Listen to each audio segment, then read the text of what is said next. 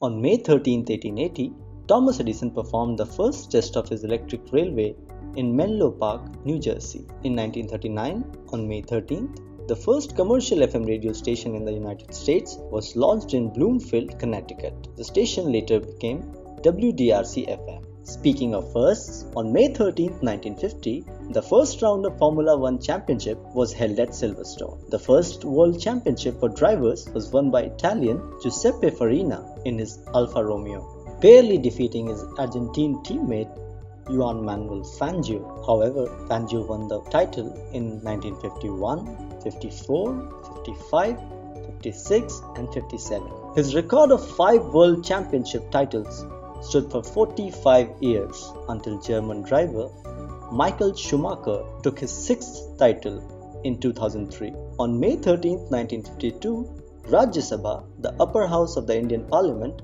held its first sitting. Dr. S. Radhakrishnan, the first Vice President of India, was the first chairman of the Rajya Sabha. Again, it was on May 13, 1967, when Dr. Zakir Hussain became the first President of India. He was the first Muslim President of the Indian Union. Dr. Zakir Hussain was also the co-founder of Jamia Millia Islamia, serving as its Vice Chancellor from 1928. Under Hussain, Jamia became closely associated with the Indian freedom movement. On May 13, 1958, Ben Carlin became the first and the only person to circumnavigate the world by an amphibious vehicle, having traveled over 17,000 kilometers by sea and 62,000 kilometers by land during a 10-year-old journey. Extraordinary, right?